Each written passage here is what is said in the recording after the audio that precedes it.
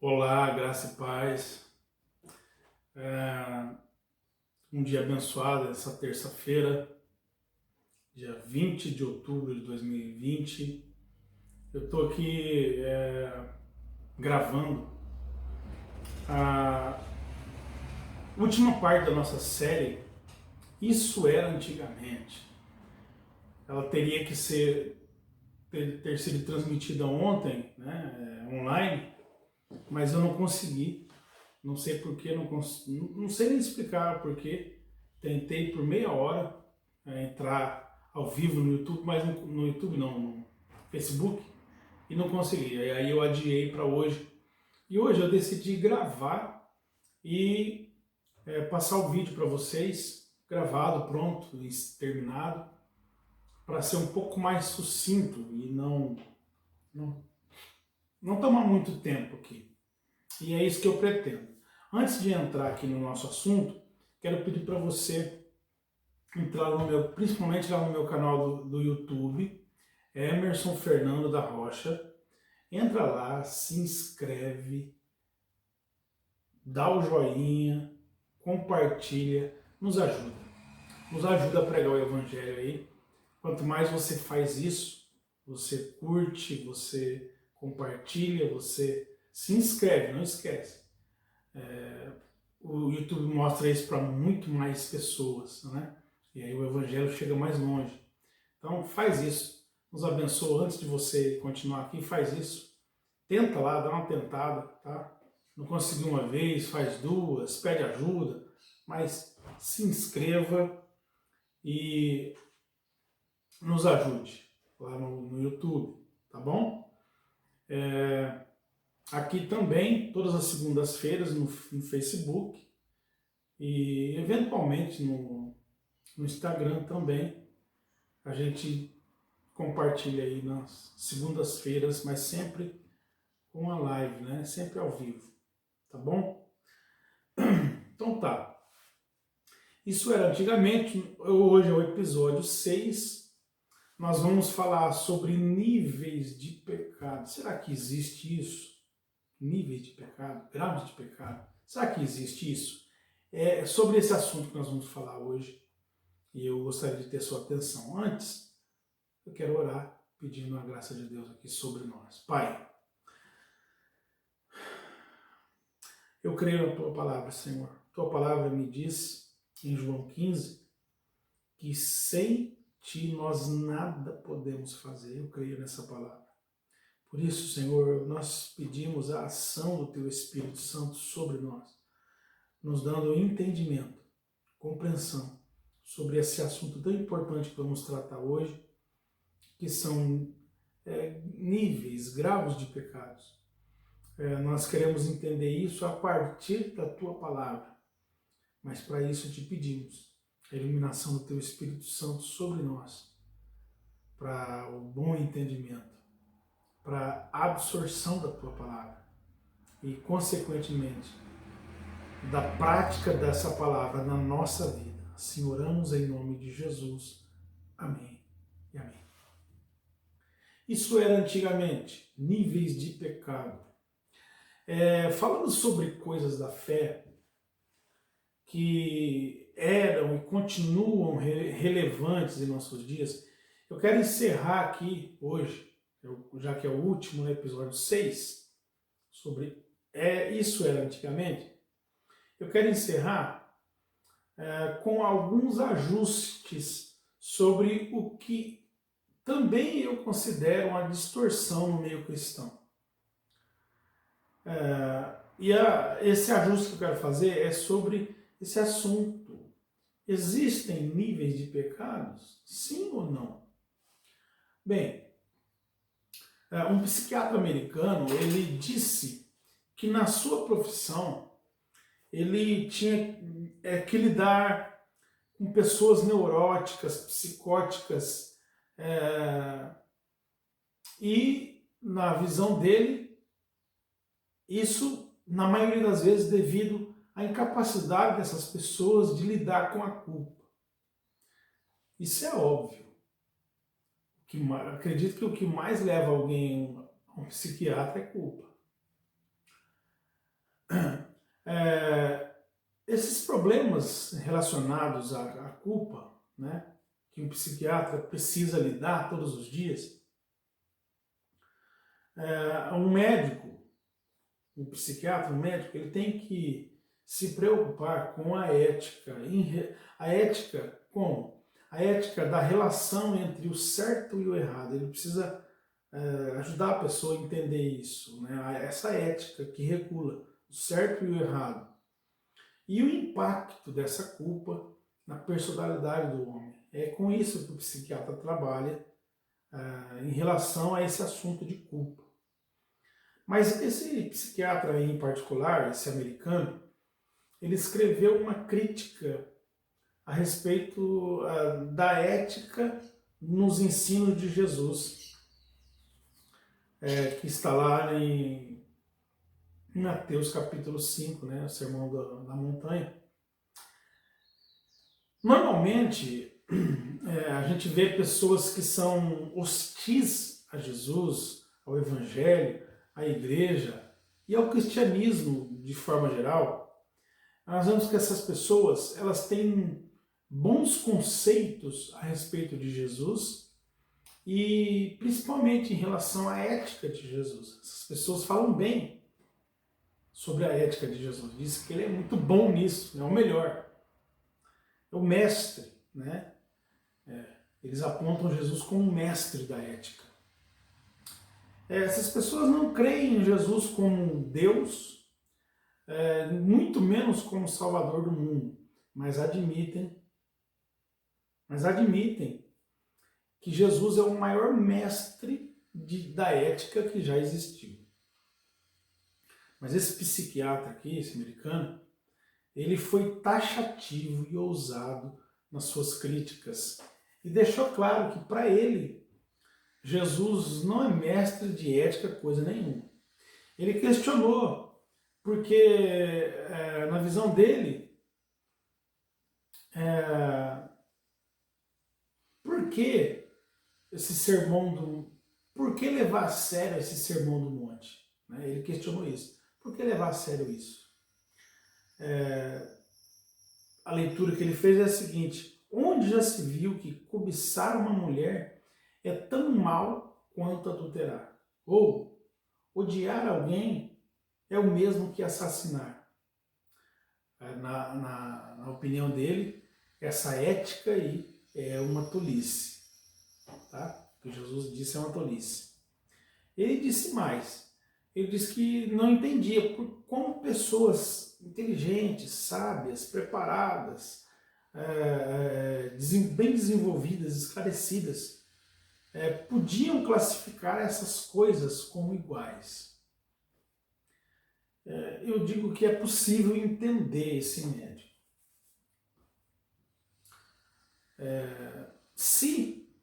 Vou falar bem devagar aqui, se Jesus tivesse ensinado que adultério não é pior do que cobiça e assassinato não é pior do que ódio, eu também ficaria admirado que alguém reverenciasse os ensinos éticos de Jesus. Mas a verdade é que Jesus nunca ensinou que cometer adultério é tão mal quanto cobiçar, ou que assassinar é tão mal quanto ficar irado, que as duas coisas estão no mesmo patamar. Não foi isso que ele disse. Essas observações são típicas de quem não entendeu as Escrituras, ou entendeu mal, ou interpretou mal, né? Ou se equivocou, né? Às vezes não é maldade, é equívoco, a respeito dos ensinos de Jesus, que não são tão simples assim de entender. Nesse sermão aqui, Jesus disse o seguinte, ele disse: ouviste o que foi dito aos antigos. Mateus 5, 27 e 28. E aí ele vai dizer: eu, porém, vos digo. Ele vai fazer a correção dele. Nas palavras de Jesus, ele nunca disse que odiar é tão mal quanto assassinar. O que ele disse então, pastor?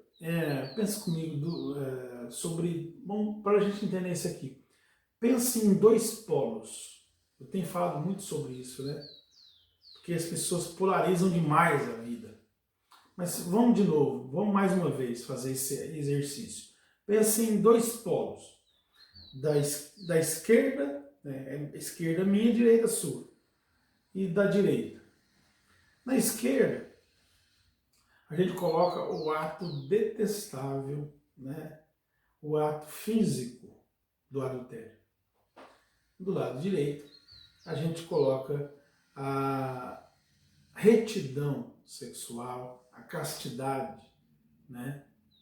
Ou seja, a gente coloca as virtudes, né? Um homem, ele pode beijar uma mulher que não seja sua esposa e isso não ser adultério.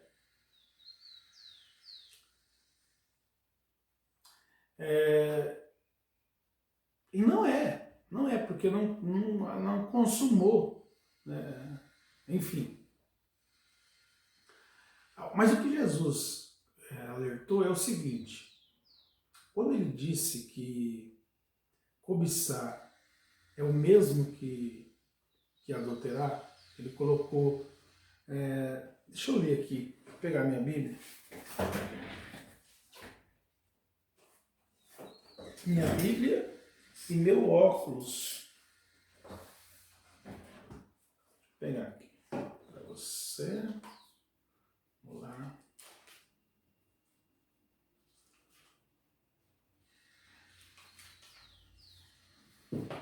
Tá.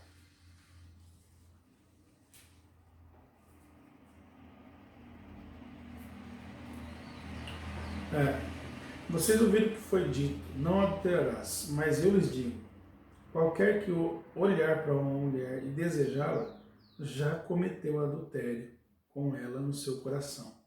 Ele não está falando que é o mesmo nível, ele está falando que uma coisa leva a outra. É isso que Jesus está dizendo. É nessa linha. E é fácil de entender. Como eu disse, um homem pode até beijar uma mulher que não seja sua esposa, e isso não se adultério. Mas o que Jesus quis alertar aqui é o seguinte, é que um relacionamento que às vezes começa como algo inocente, como uma amizade saudável, ele pode ir progredindo em estágios começando do estágio de inocente, de amizade, de coisa saudável, ele pode progredir para estágios avançados de um relacionamento ilícito e ilegítimo, que vai acabar terminando, pode terminar no ato físico do adultério. Foi isso que Jesus falou. Então, entre esses dois pontos, o ponto da retidão, da castidade, da virtude e do adultério, entre esses dois pontos, A e B, existem passos a ser dados. E Jesus disse que a cobiça é um passo, é o primeiro passo. A cobiça, quando ela nasce na mente de alguém, ela... Deixa eu me acertar aqui.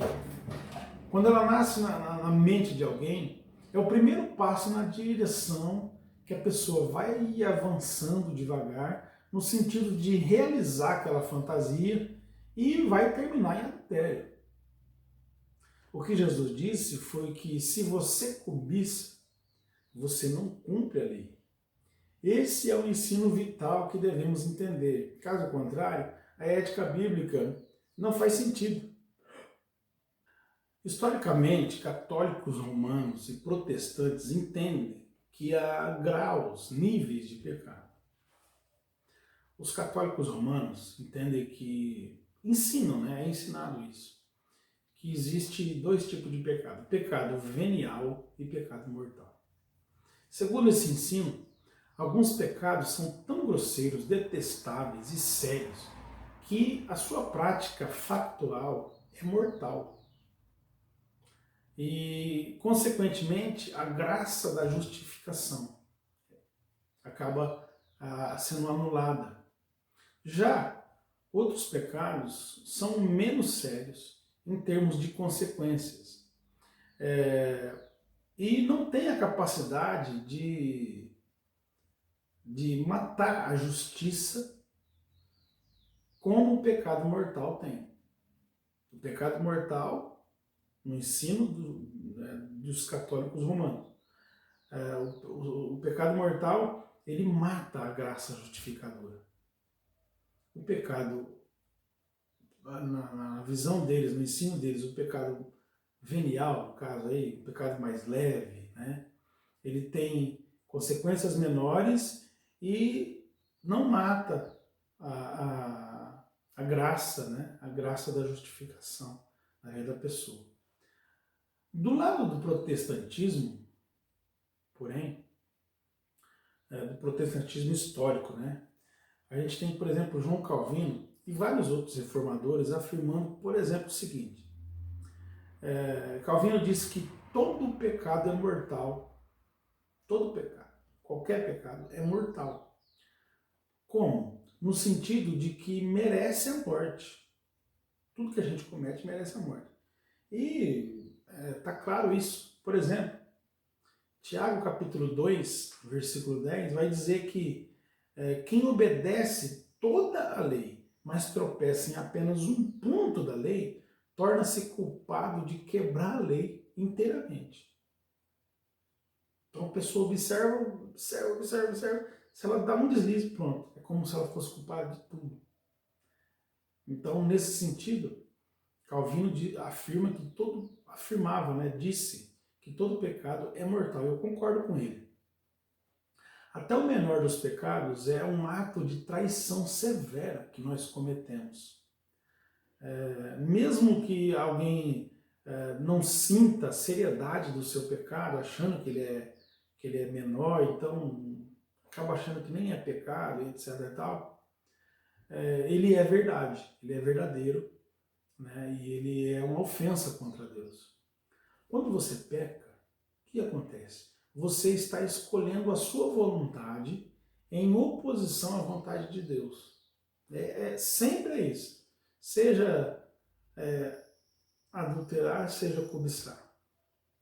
Todo pecado é mortal no sentido de que Deus poderia, por conta desse pecado, nos destruir com justiça. Cada um de nós, pelo menor pecado que a gente cometesse, Deus poderia fazer isso. Adão que o diga. Lá em Gênesis 2,17, Deus disse para ele assim, mas não coma da árvore do conhecimento do bem e do mal, porque no dia em que dela comer, certamente você morrerá. E foi o que aconteceu com Adão. Ele comeu e não teve outra chance. Foi fatal, foi mortal para ele.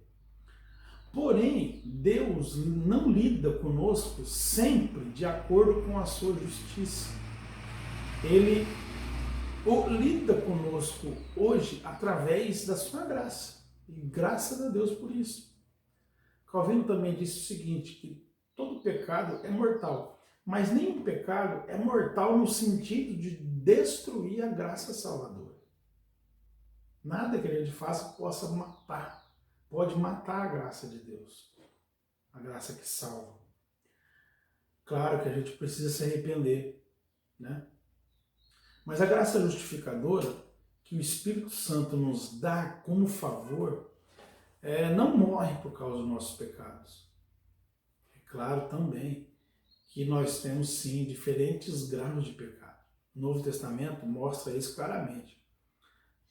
Tem cerca de 22 ocorrências, um pouco mais, um pouco menos, nos advertindo sobre recompensas e papéis diferentes no céu, tudo relacionado aos nossos pecados, cometidos ou que a gente resistiu e venceu, né?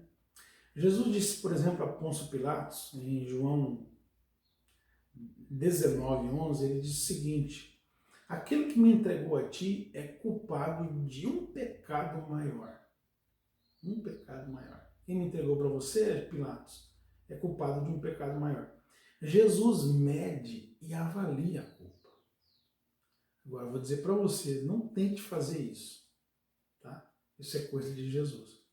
O julgamento de Jesus é justo e leva todas as circunstâncias atenuantes. Mas eu digo que no dia do juízo, Mateus 12:36, Jesus disse, no dia do juízo, os homens haverão de dar conta de toda palavra inútil que tiverem falado. Então veja que Jesus vai levar tudo em conta. Né? Então, claro, fica claro que existem níveis diferentes. Portanto, eu encerro advertindo aqui sobre a importância de aprender corretamente as aplicações da palavra de Deus na nossa vida. Entenda uma coisa, um homem que está lutando contra o pecado, por exemplo, da cobiça, ele pode pensar assim, eu posso ir em frente e cometer o adultério, porque eu sou culpado diante de Deus e não poderia estar em situação pior aos olhos dele. Sou culpado porque eu cobicei. Então, melhor é consumar logo, né? Porque, enfim, já fiz o primeiro e faço o resto, que já sou culpado mesmo. Mas eu respondo para essa pessoa, para quem estiver lutando com isso, para quem enfrentar a situação, para quem, porventura, for questionado sobre isso, eu respondo. Pode ser muito pior, porque o julgamento do adultério, como ato consumado, será muito mais severo do que o julgamento pela cobiça. É tolice alguém pensar que cometeu um erro menor e, porque cometeu um erro menor, pode cometer um erro pior. É tolice. Porque o erro menor vai receber o julgamento de acordo com esse erro e o erro maior o julgamento devido ao seu valor, ao seu agravamento. Né? A minha oração é que Deus não permita que pensamos dessa maneira. Com níveis de pecado, eu encerro então essa série, Isso Era Antigamente. E quero deixar aqui um lembrete para você. A sociedade, a cultura, as religiões, tudo isso sofre mudança. Mudanças, na verdade, na linguagem de Salomão, na verdade é mais do mesmo. Mudanças são, quando eu digo mudanças, são releituras de tempos passados. Salomão disse que não há nada novo debaixo do sol. Eu concordo com ele. É verdade. Deus, porém, não muda. Não se esqueça disso. Tá joia? Eu agradeço aqui a sua audiência e oro para que Deus continue nos abençoando e que os nossos encontros sejam cada dia melhores e mais produtivos e traga edificação para as nossas vidas. É a minha oração, é o meu desejo por todos nós. Deus abençoe, um abraço e até a próxima.